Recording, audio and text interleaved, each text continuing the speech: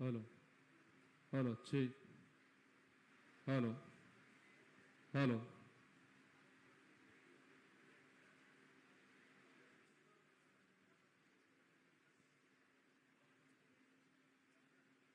Hello Hari Om check check hello hello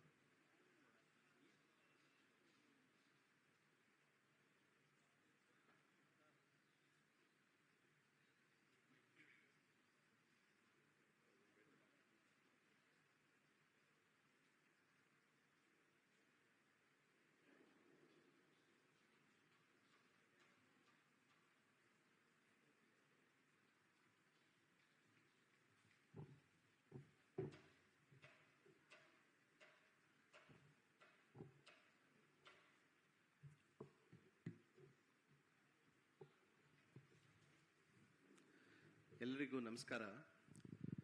On behalf of Rashtriya Swayam Sevak Sangha, we welcome you to the second press briefing of the Akhil Bharatiya Prathinidhi Sabha.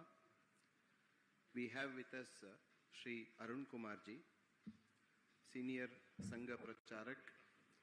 He's a Pracharak since 1983. He has held various responsibilities in different capacities, and since 2021 he is serving as Akhila Bharata Saha Sarkaryevaha, that is Joint General Secretary of RSS. We also have with us Shri Sunil Ambekar ji. He is currently serving as Akhila Bharata Prachar Pramukh. We also have few other senior Karyakartas to my right. We have Shri Narendra Kumar ji. He is serving as Akhila Bharata Saha Prachar Pramukh. Shri Pradeep Joshi ji, Akhila Bharata Saha Prachar Pramukh. Shri Ayush ji, Kshetra Prachar Pramukh. And Shri Arun Kumar ji, Karnataka Uttara and Dakshina both Pranta Prachar Pramukh. I request Arun Kumar ji second. Arun Kumar ji. Request Arun Kumar ji to address the press briefing. तो अखिल भारतीय प्रतिनिधि सभा के कार्यवाही के दूसरे दिन की briefing के लिए आप सबका हार्दिक स्वागत है.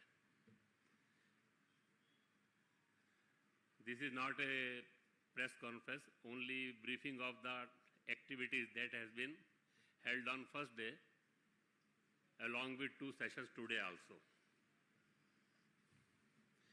एजेंडा ऑफ अखिल भारतीय प्रतिनिधि सभा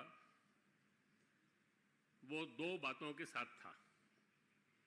एक समीक्षा और मूल्यांकन, एनालिसिस एंड इवोल्यूशन. हमने संघ के काम का एक सतत भाग है. यूनिकनेस ऑफ आवर ऑर्गेनाइजेशन है. We always think about expansion and consolidation. कार्य विस्तार और गुणात्मकता, कार्य की भी कार्यकर्ता की भी. तो इसकी समीक्षा करना, इसका मूल्यांकन करना. दूसरा, initiatives for the transformation among society. Sangh का जो गोल है, ultimate goal of the RSS is to transform the society. Basically Sangh संगठन नहीं है, यह समाज परिवर्तन का एक बड़ा जन आंदोलन है. We always initiate for that. और वो जो इनिशिएटिव्स हैं उसकी भी समीक्षा करना. ये जो ट्रांसफॉर्मेशन है ये नेवर हैपन्स बाय कानून, एक्ट, नियम, भाषण, इन सब से नहीं आता है. इसके लिए थोड़ा वातावरण बनाना पड़ता है, प्रयास करने पड़ते हैं. और जो ये ट्रांसफॉर्मेशन चाहते हैं वो जैसा चाहते हैं वैसा उनका बनना पड़ता है। तो इसलिए इस प्रोसेस को भी लगातार मूल्यांकन करना पड़ता है। संघ के 100 साल में हमने लगातार ये दो बातों के बारे में सोचा है, expansion and consolidation of work, कार्य विस्तार, कार्य की गुणात्मकता, क्वालिटी ऑफ वर्क, और initiative for transformation among society, ये दो बातों की समीक्षा करना। शताब्दी वर्ष 100 साल संघ के पूरे हो रहे हैं, तो स्वाभाविक है उसको ध्यान में रखकर थोड़ा काम का मूल्यांकन करना, गति बढ़ाना, इसके बारे में सोचना। तो हमने 6 साल पहले कुछ टारगेट्स तय किए थे, हर वर्ष उसकी समीक्षा करते हैं। तो it was also an occasion for introspection की 6 साल पहले हमने जो तय किया वहां पर हम कहां तक पहुंचे हैं उसके बारे में भी सोचना। और विजयदशमी यानी 2025 अक्टूबर में जब शताब्दी वर्ष प्रारंभ होगा तब तक उनको हम प्राप्त करें। 3 तरह के लक्ष्य थे, एक कार्य विस्तार, गुणात्मकता, दूसरा सुप्त शक्ति जागरण। हमारा हर स्वयंसेवक that should become an active worker, वो सक्रिय कार्यकर्ता बनना चाहिए। कल मुकुंद जी ने बताया 1 करोड़ स्वयंसेवक हैं, 50-60 लाख लोग हमेशा काम में जुड़े रहते हैं, 6-7 लाख लोग, 8 लाख के लगभग कार्यकर्ता ऐसे हैं जो कुछ रिस्पॉन्सिबिलिटी लेकर भी काम करते हैं। हमारा टारगेट यह है कि अधिकाधिक लोग डे टू डे कंट्रीब्यूट कर सके, ऐसे एक्टिव हों और समाज की सज्जन शक्ति यानी जिसको कहते हैं leaders of the society, economic field, social field, religious field और एजुकेशन, इंटेलेक्चुअल, ऐसे सब समाज का जो नेतृत्व है उनके साथ हमारा एक वेवलेंथ बने। वो भी समाज के हित में सोचते हैं, हम भी समाज के हित में सोचते हैं, तो मिलकर जहां काम कर सकते हैं वहां मिलकर काम करना है। ऐसे सब बातों को लेकर हमने प्लान किया था। और 2 बातें और जो संघ शताब्दी में क्या करेंगे उसकी भी चर्चा करने वाले हैं। सिनेरियो, इस समय समाज राष्ट्र का परिदृश्य क्या है, what is the contemporary scenario, हमारा रोल क्या है, ये 2 बातों के बारे में कल दत्ता जी आपके सामने बातचीत रखेंगे। संघ शताब्दी की करणीय बातों के बारे में भी और कंटेम्परेरी सिनेरियो में what is our role, how we think, how we want act, ये सब बातों के बारे में, थोड़ा पॉलिसी के विषय, ये सब कल वो रखेंगे। कल मुकुंद जी ने आपके सामने जानकारी रखते हुए कार्य विस्तार के बारे में काफी बातें कही। संघ का कार्य विस्तार का कितनी डायमेंशन होती है अगर उसके बारे में सोचना हो तो, और वो हम मूल्यांकन करते हैं तो ध्यान में आता है कि संघ के काम का यूनिकनेस कैसी है। 1925 में संघ का काम शुरू हुआ, 1940 में हम देश के हर प्रांत में पहुंच गए थे, 1972 में हर जिले में पहुंचे, 96 के अंदर हम हर ब्लॉक और नगर में पहुंचे। मैं जब हर कहता हूं तो लगभग एक 85-90% हो गया, यानी वो 100% की ओर बढ़ रहे हैं हम।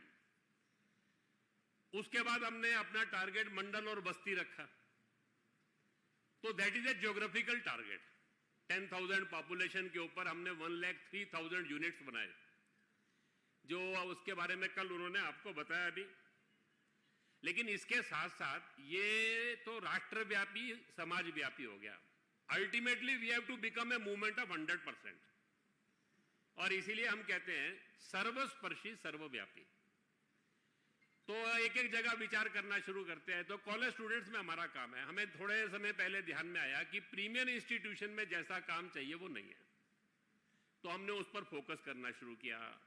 एम्स हैं, रिसर्च के इंस्टीट्यूट्स हैं, IITs हैं, देश में 2009 प्रीमियर इंस्टीट्यूट्स हैं। एक 10 साल के लगातार प्रयास से आज हम 134 में हमारा रेगुलर काम शुरू हो गया है। आने वाले समय के अंदर ऑल 209 इंस्टीट्यूट्स में आना जाना प्रारंभ हो गया, लेकिन अपना काम ये प्रारंभ हो सके। अलग अलग समाज के वर्गों में कैसा काम होता है, तो उड़ीसा में एक कोरापुट विभाग है, total tribal area 100% Koraput, Bolangir, वहां पर सब मंडलों में अपना काम है। 1031 शाखा है और जब वहां पर जो कार्यकर्ता है, नगर, खंड, जिला, विभाग, प्रांत, सब वो जनजाति क्षेत्र के ही कार्यकर्ता है। अभी अरुणाचल प्रदेश जैसे में विधिवत संघ का काम 1990 में ही शुरू हुआ, लेकिन अभी 274 शाखा मिलन मंडली है in every district of Arunachal Pradesh. हमारा संघ का काम प्रारंभ हो गया। ये सब जब बातें चलती है तो सुनने में आसान लगता है, लेकिन ऐसे सारे डिस्टेंट एरियाज में, डिस्टिंक्ट एरियाज में वहां के सब चैलेंजेस को पार करके कार्यकर्ता जाए, कुछ जगह तो पहुंचने में ही 5 दिन 7 दिन लगते हैं। तो सामान्य कार्यकर्ता सब, हमारे यहाँ कोई पेड कार्यकर्ता नहीं है, सब वॉलंटरी काम करते हैं।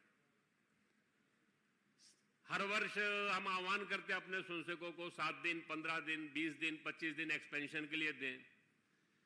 तो कम से कम पिछले 1 साल के अंदर 2 लाख कार्यकर्ताओं ने मिनिमम 7 डेज का टाइम फॉर एक्सपेंशन वर्क संघ के लिए कंट्रीब्यूट किया। तो ये अपने सारे संघ के काम का एक डायमेंशन है। मैंने बताया आपको सज्जन शक्ति का संपर्क करना, तो हमने 2 लाख, लगभग 2 लाख पीपल जो है उनकी महिला पुरुष ऐसी एक लिस्ट बनाई, those who our society leaders, जिनका एक अपना विशिष्ट स्थान है अपने समाज जीवन के अंदर। वो अपनी एक भूमिका रखते हैं डिस्ट्रिक्ट लेवल पर, स्टेट लेवल पर, नेशनल लेवल पर।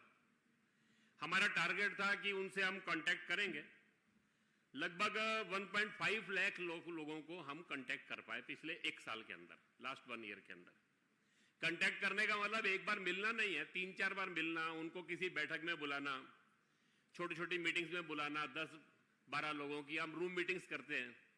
ऐसे 8-8, 10-10 लोगों से वो संघ के बारे में क्या सोचते हैं, उनके कुछ सजेशंस हैं, सोसाइटी के बारे में क्या सोचते हैं। तो 5000 रूम मीटिंग्स भी की हमने इनके साथ, 50,000 लोग उसमें रूम मीटिंग्स में भी आए। तो ऐसा सारा एक समाज का, जिसको हम सोसाइटी लीडर, सज्जन शक्ति बोलते हैं, उनको एक्टिवेट करने का भी काम चल रहा है। पिछले साल हमने प्रस्ताव पारित किया था लोक माता अहिल्या देवी होलकर का त्रिशती समारोह, 300 ईयर्स उनके जो है शासन के हुए थे। तो वो एक अपने आप में यूनिक आइकॉन है। हर दृष्टि से वो आज के समय के अंदर जो है समाज जीवन के अंदर एक महिला की देखने की भारत की दृष्टि और हमारा नेतृत्व की कल्पना क्या है, उस सारे नाते उनका एक अपना स्थान है।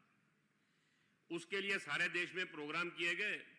अभी जितनी जानकारी आई सारे उसमें से एट 22,000 प्लेसेस प्रोग्राम हुए उनके, और 28 लाख लोग, महिला पुरुष सब मिलकर उसके अंदर पार्टिसिपेट हुए।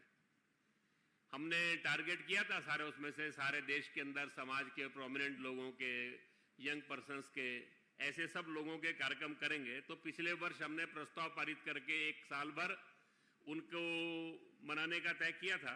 तो इतने प्रोग्राम पिछले वर्ष में हुए। समाज जीवन के अंदर सामाजिक भूमिका में महिला का रोल बढ़ना चाहिए। तो इस दृष्टि से हमने सोसाइटी में जो ऐसे एक्टिव महिलाएं हैं, वो हमारी ऑर्गेनाइजेशन की भी हो सकती है, सामान्य समाज में एनजीओ बनाकर, बाकी सब बनाकर, इंटेलेक्चुअल ये सब भी हो सकती है। ऐसे सबकी लिए हमने एक 1 डे 3-4 सेशन के महिला समन्वय के नाम से महिला सम्मेलन किए थे।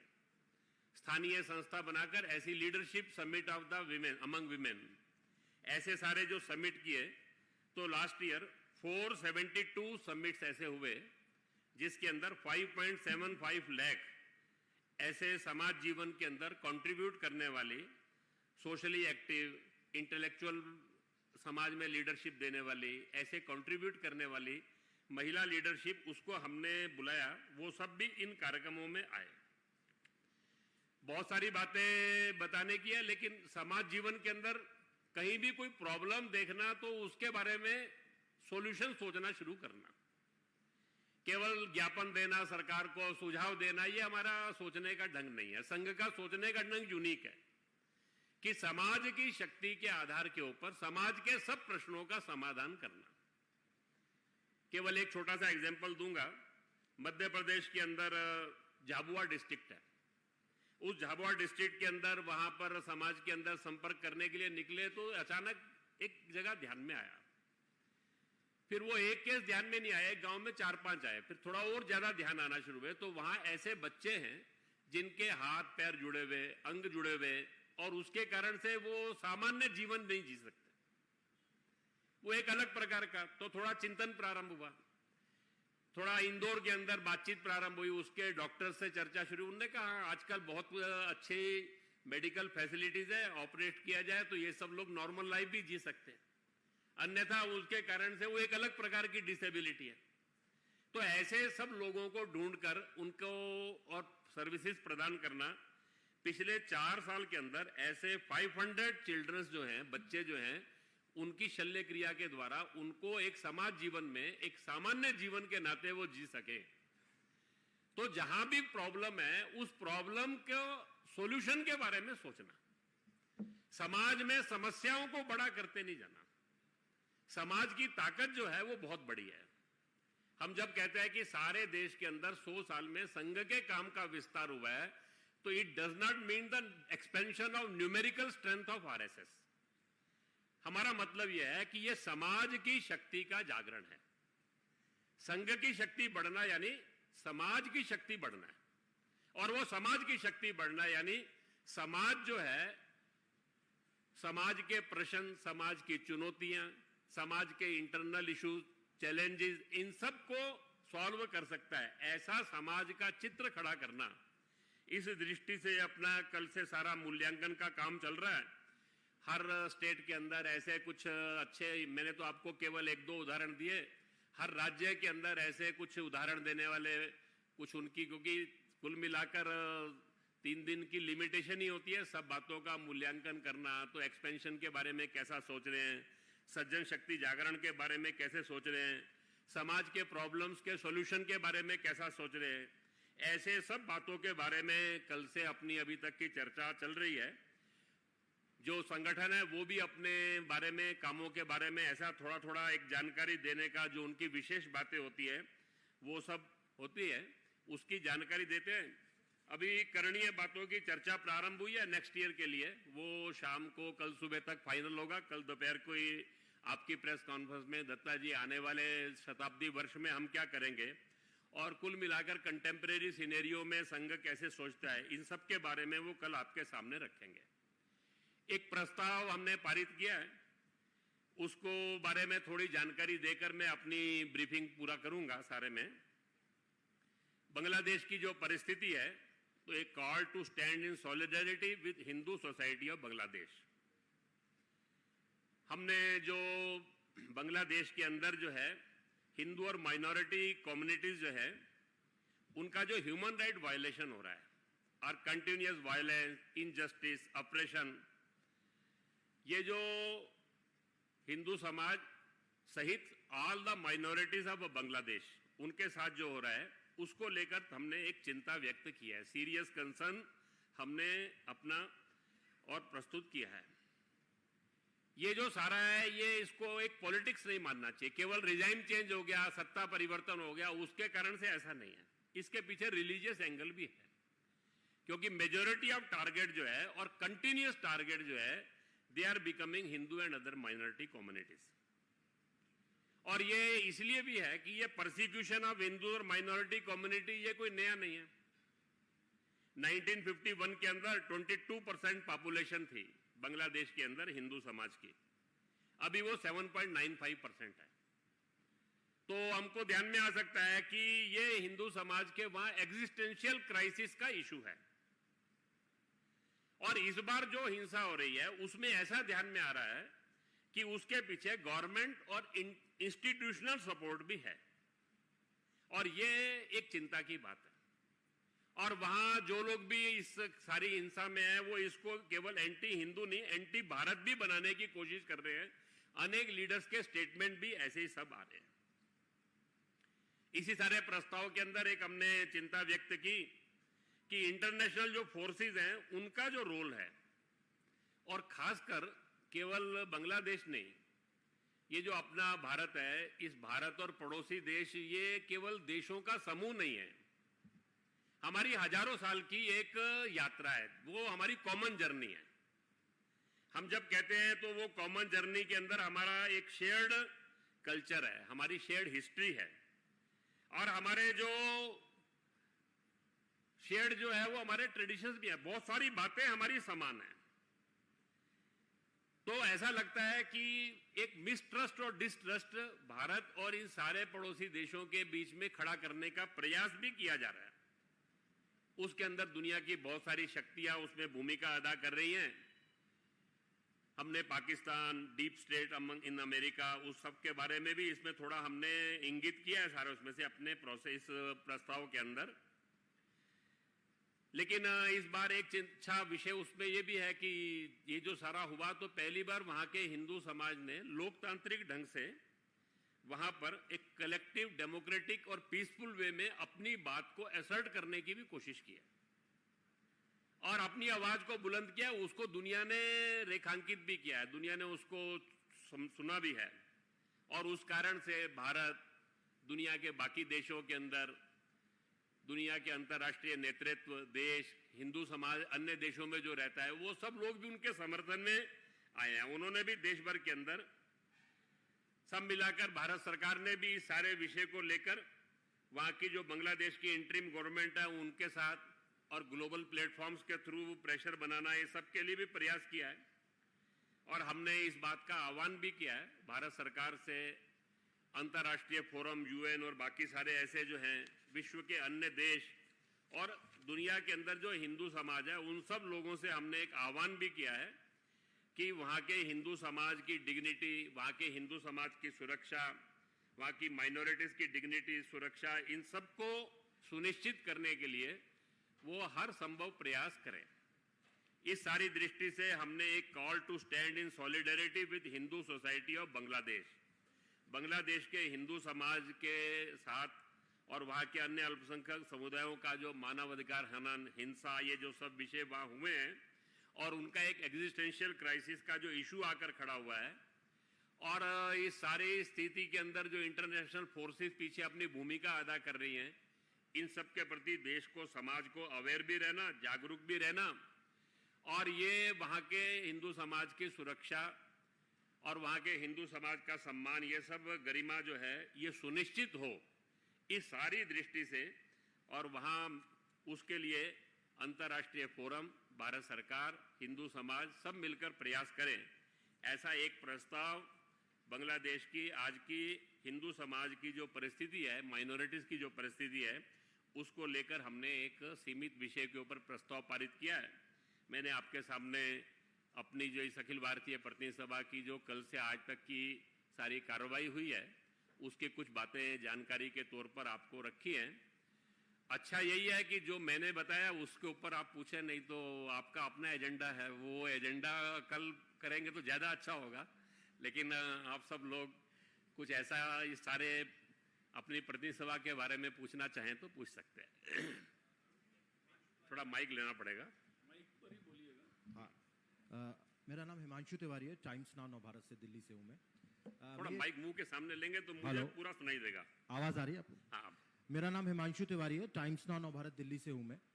प्रतिनिधि सभा हो रही है, लेकिन देश भर में जिस तरीके का माहौल बना हुआ है, आए दिन हिंसा देखने को मिलती है दो समुदायों के बीच में स्पेशली, तो आपको क्या लगता है 100 साल हो चुके हैं संघ के, सारे समाज को एक साथ लेकर चलने के लिए, हिंदू, मुस्लिम, सिख, ईसाई सबको लेकर चलने के लिए, और युवाओं के रोजगार के लिए भी आप लोगों ने कोई कार्य योजना बनाई है क्या? तो ऐसा होता है कि समाजों की यात्रा थोड़ी लंबी होती है। हमने कुछ किया है लेकिन बहुत कुछ करना बाकी है। हमें इस बात की संतुष्टि है कि 100 साल में हमने जो प्रयास लिए उसमें हमको सफलता मिली है, लेकिन हम जैसा भारत बनाना चाहते हैं वैसा बन गया ऐसा हम नहीं कह सकते। तो उसके लिए प्रयासों की मात्रा बढ़ानी है, और ये करना है तो केवल अकेला संघ नहीं कर सकता। इसके लिए मैंने पहले ही कहा कि संघ समाज की सज्जन शक्ति सबको एक साथ आना है। तो 1947 में हम आजाद हुए, हमारे सब प्रश्नों का समाधान नहीं हुआ, हम इंटीग्रेट नहीं हो गए थे, प्रोसेस ऑफ इंटीग्रेशन उसके बाद शुरू हुआ है। तो कॉन्टिन्यूअस वी आर इवॉल्विंग। तो मुझे लगता है कि we are in right direction. हमको लेकर हमको लगता है जिस रास्ते पर हम चल रहे हैं we are in right direction, लेकिन बहुत करना बाकी है, ये हम समझते हैं। सर मैं आमोद हूँ TV9 भारतवर्ष। थोड़ा खड़े होकर बोलेंगे और माइक मुंह के सामने लीजिए, मुझे थोड़ा। सर मैं आमोद हूँ TV9 भारतवर्ष से।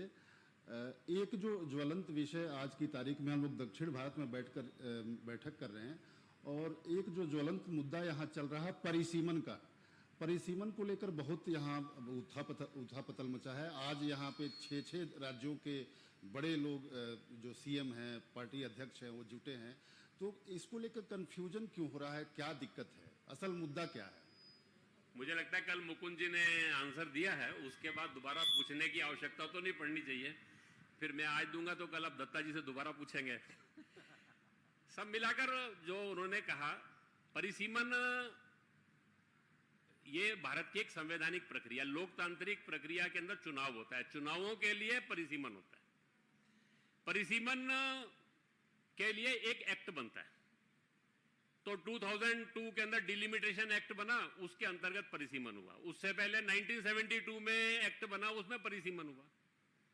अभी जब परिसीमन होगा, उसका एक्ट बनेगा, उस समय डिस्कशन करने की आवश्यकता है, उसमें आप क्या चाहते हैं। और पिछली बार ये सारे विषयों को एड्रेस करने के लिए फ्रीजिंग ऑफ पार्लियामेंट्री सीट्स ये हो गया था उस समय, तो उस समय फ्रीज हो गया, इशू तो क्लोज हो चुका है। अभी दोबारा इसको खड़ा तो तब करेंगे कि जब नया एक्ट बनेगा, और उस एक्ट बनते समय अगर सरकार कहे कि नहीं वी आर ओपनिंग दैट, तो मुझे लगता है कि अनावश्यक आशंकाएं खड़ी करना, अविश्वास खड़े करना, इससे बचना चाहिए। समाज जीवन के अंदर, सारे देश के अंदर एक दूसरे के प्रति विश्वास, समाज जीवन के अंदर सबको साथ लेकर चलने का भाव, ये लोकतंत्र का मूल होता है। तो थोड़ा उसके बारे में सोचना चाहिए। बाकी लोकतांत्रिक प्रक्रिया है, जिस समय ये विषय आएगा उस समय इसका डिस्कशन होगा प्रारंभ। अभी तो सेंसस भी नहीं हुआ, डिलिमिटेशन का चर्चा भी नहीं हुई, डिलिमिटेशन एक्ट भी नहीं आया। ये 2002 के एक्ट पर होगा तो उसमें फ्रीजिंग हो चुका है। अगर कोई नया बनेगा तो उसके बारे में डिस्कशन भी अभी शुरू नहीं हुआ। मुझे लगता है कि इसको लेकर जो चर्चा कर रहे हैं, थोड़ा उनको भी इंट्रोस्पेक्शन करना चाहिए कि ये उनका पॉलिटिकल एजेंडा है या वो वास्तव में अपने क्षेत्र के हित के बारे में सोच रहे हैं। ये दोनों के बारे में उनको भी विचार करके आप उनसे पूछिए कि क्या डिलिमिटेशन प्रोसेस शुरू हो गया क्या। आप ये सारी बातें कर रहे हैं तो आपको बात करते समय उनसे भी पूछ लीजिए थोड़ा। नमस्कार सर, मैं मेघा प्रसाद एबीपी न्यूज से। हाँ जी, मेघा प्रसाद एबीपी न्यूज से सर नमस्कार। आपसे सवाल जो मेरा ये है कि पिछले 1 साल से भारतीय जनता पार्टी अपने अगले अध्यक्ष के चुनाव में एक तरीके से लगी हुई है। हर बार बोला जाता है कि ये असेंबली इलेक्शन खत्म होगा फिर नया अध्यक्ष आ जाएगा, महाराष्ट्र खत्म होगा तो आएगा, दिल्ली खत्म होगा तो आएगा, होली के बाद आएगा। ये अभी तक चुनाव हो नहीं पाया है। और अब कुछ खबरें हिंदी मीडिया में, हिंदी अखबारों में ये चल रही है कि आरएसएस और बीजेपी के बीच में इतनी ठनी हुई है, इसलिए एक नाम पर ये इनकी अग्रीमेंट नहीं हो पा रही है।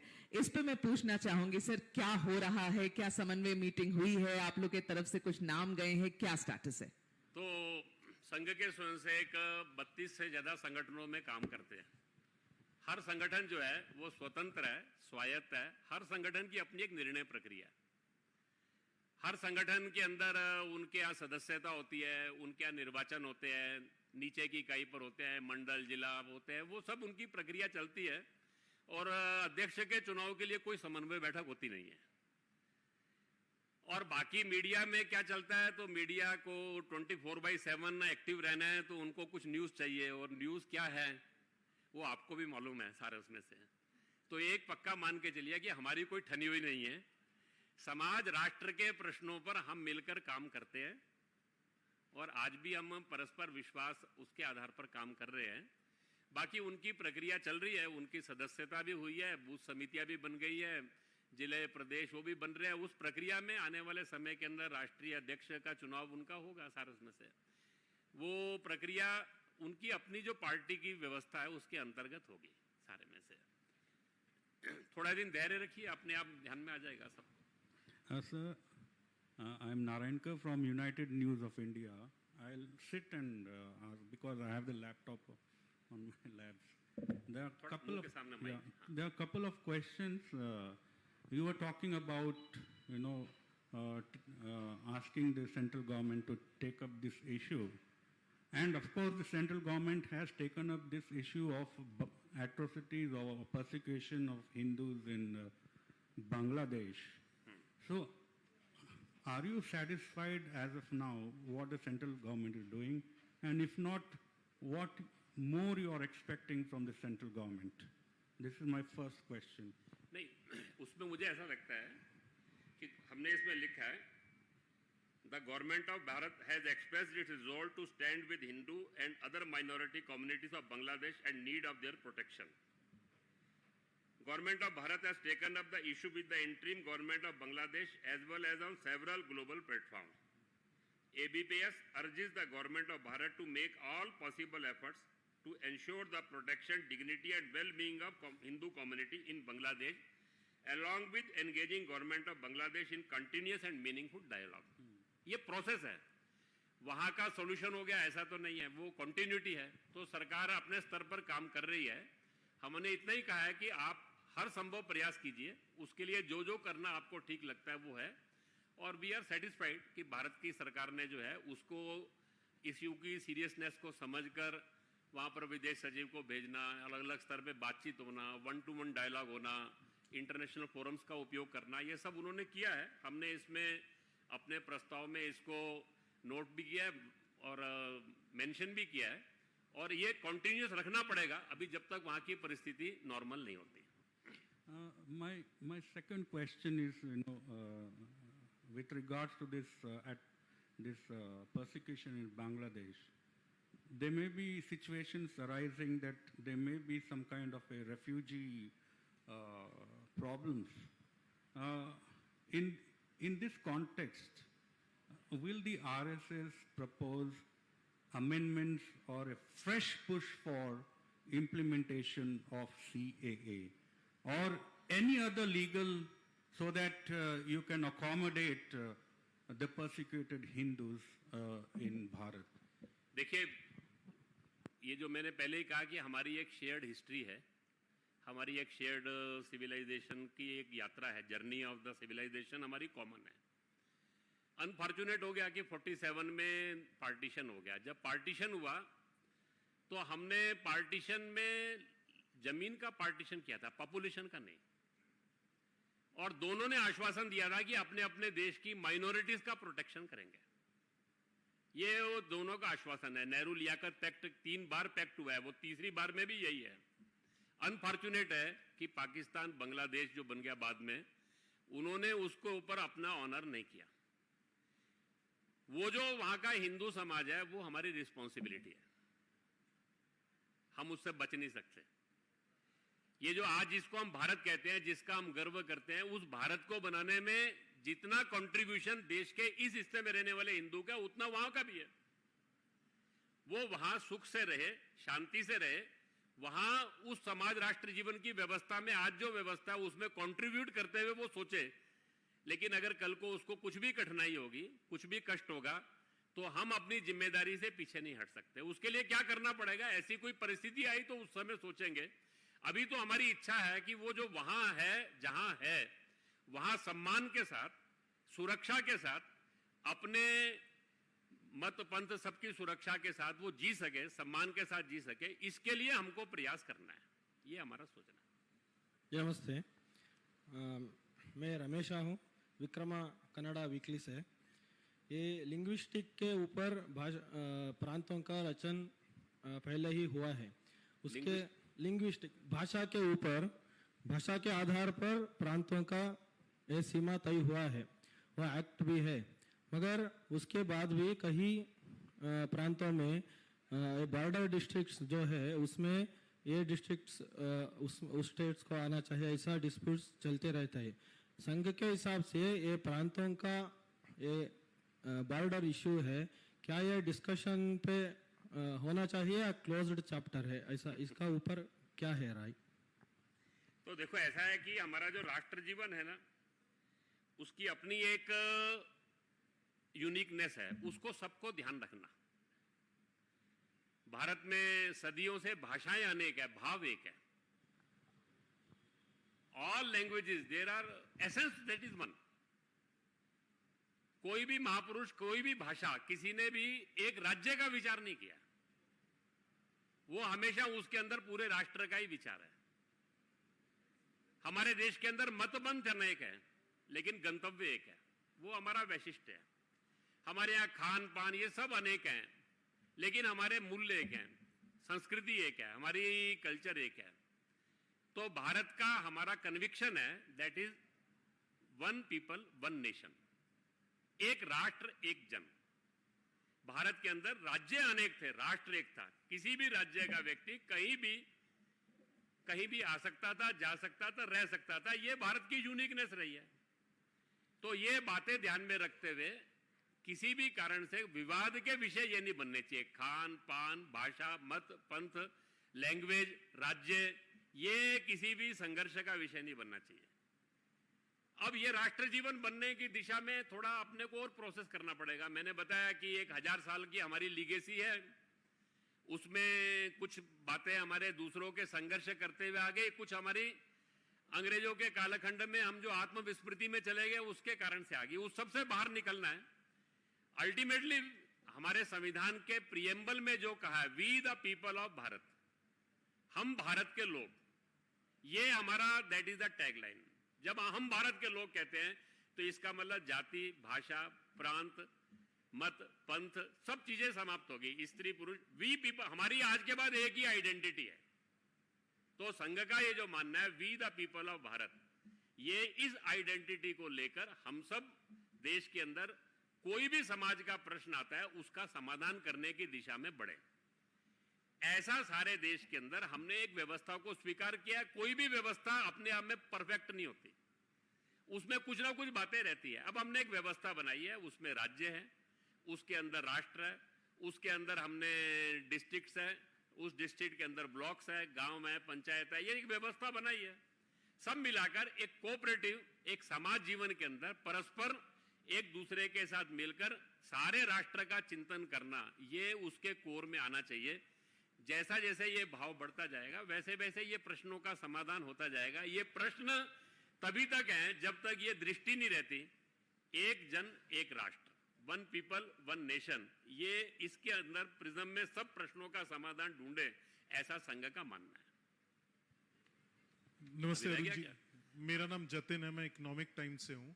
अरुण जी, आप अनुसांगिक संगठनों को संघ प्रचारक भेजता रहता है, बट जैसे भाजपा भी आपका एक अनुसांगिक संगठन है, तो बहुत समय से कोई प्रचारक नहीं दिया गया और कुछ राज्यों में संगठन मंत्री का पद भी खाली है।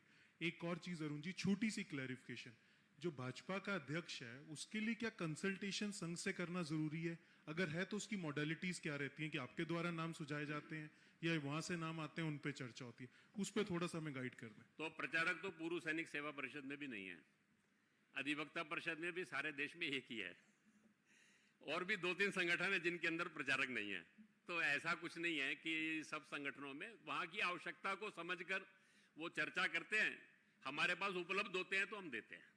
वो दोनों जो है आपस की सहमति में, मैंने पहले ही कहा कि सब संगठनों में के हमारी एक संपर्क की व्यवस्था रहती है, उसमें चर्चा होती है, उनको आवश्यकता होती है, हमारे पास उपलब्धता होती है तो हम देते हैं। क्योंकि जिस भी संगठन में देना है तो वहां के काम के हिसाब से आपको प्रचारक देना है, तो वो हमारे पास भी अवेलेबल होना चाहिए, तो वो हम उसके हिसाब से देते हैं। और बाकी मैंने पहले ही कहा कि सब संगठन स्वतंत्र स्वायत्त है, हर संगठन की अपनी एक निर्णय की प्रक्रिया है और उस निर्णय की प्रक्रिया में वो अपने अपने निर्णय करते हैं।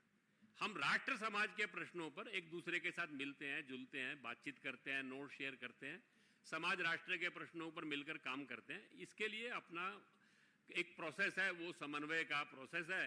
उनकी टीम मीटिंग में कभी कभी हमको बुलाते हैं, हम कभी कभी उनके साथ डिस्कशन करते हैं, ये एक तरीका रहता है सारा उसमें से।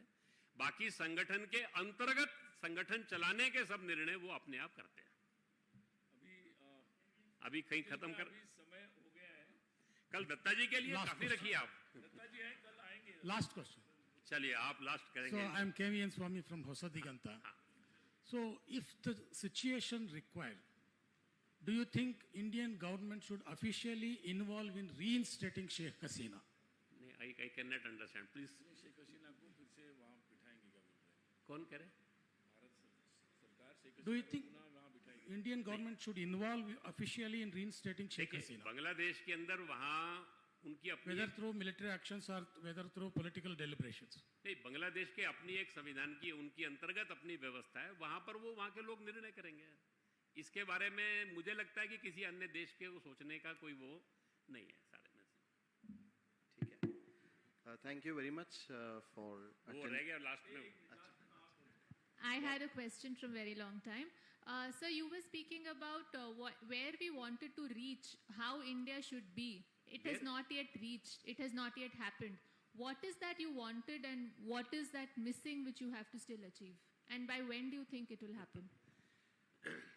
तो मैंने पहले ही बताया कि हम एक सोसाइटी बिल्टअप करना चाहते हैं जिसके अंदर देशभक्ति, राष्ट्रभक्ति, संगठन, अनुशासन, unity, discipline, selflessness and nation first का फीलिंग, ये चार बातों के आधार पर हम समाज खड़ा करना चाहते हैं। ये समाज जब खड़ा होगा तो समाज का संगठन है तो मिलकर अपने सब प्रश्नों का समाधान कर सकता है। समाज और राष्ट्र का भाग्य जो है वो समाज और राष्ट्र के लोग बदलते हैं। क्वालिटी ऑफ पीपल ये जो है वो हमेशा उस राष्ट्र की डेस्टिनी को डिसाइड करती है। हमारा एक पहले से थिंकिंग है, हमारे संघ के जो फाउंडर थे वो कहा करते थे, some great people does not make a nation great, great man of a nation always make their nation great. जिस देश के लोग महान होते हैं वो राष्ट्र महान बनता है। तो हमारा जो काम है वो यही है। हम संघ को में के बारे में कैसा सोचते हैं, तो जैसा हम समाज बनाना चाहते हैं वैसा हम संघ बना रहे हैं। जैसा समाज का व्यक्ति बनाना चाहते हैं वैसा हमारे स्वयंसेवक का जीवन, आचरण, व्यवहार होना चाहिए। ये हमारी कल्पना है और ये करते समय समाज के एक जिम्मेदार नागरिक के नाते हम काम कर रहे हैं। हम समाज से अलग हैं ऐसी हमारी कोई सोच नहीं है। तो ये जो समाज है धीरे धीरे करके समाज में ये भावना बन रही है, अखिल भारतीय दृष्टिकोण बढ़ रहा है, देशभक्ति बढ़ रही है, मिलकर काम करने का भाव बढ़ रहा है। ये हमारा मानना है कि देश में क्वालिटेटिव चेंज आ रहा है। ये क्वालिटेटिव चेंज अभी और आना बाकी है। वो जैसे जैसे बढ़ेगा वैसे वैसे परिवर्तन आ जाएगा। वो काम जल्दी से जल्दी हो इसके लिए हम सबको आह्वान करने वाले हैं। शताब्दी वर्ष के अंदर हमारी कोशिश रहेगी उस समय कि हम सबको आह्वान करेंगे कि ये जो काम है इसको अपने जीवन का लक्ष्य मानकर आप सब अपने जीवन में इस लक्ष्य के लिए जुटें।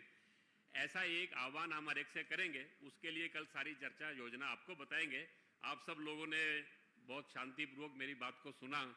जो मैंने सुना बोला वही आपने समझा, ये मानता हूं मैं।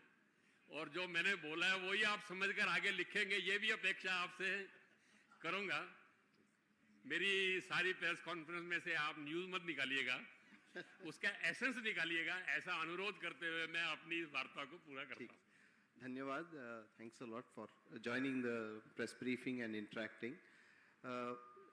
Please note a couple of important information. Hindi and English prati of the resolution is already distributed. If someone wants prati in Kannada, so it is available. Please collect it from the volunteers behind. Tomorrow, for the final day of the Akhil Bharatiya Pratinidhi Sabha, kindly note that it's at 11:30 a.m. We have the press conference. Not 12:30, it is 11:30. 11:30 a.m.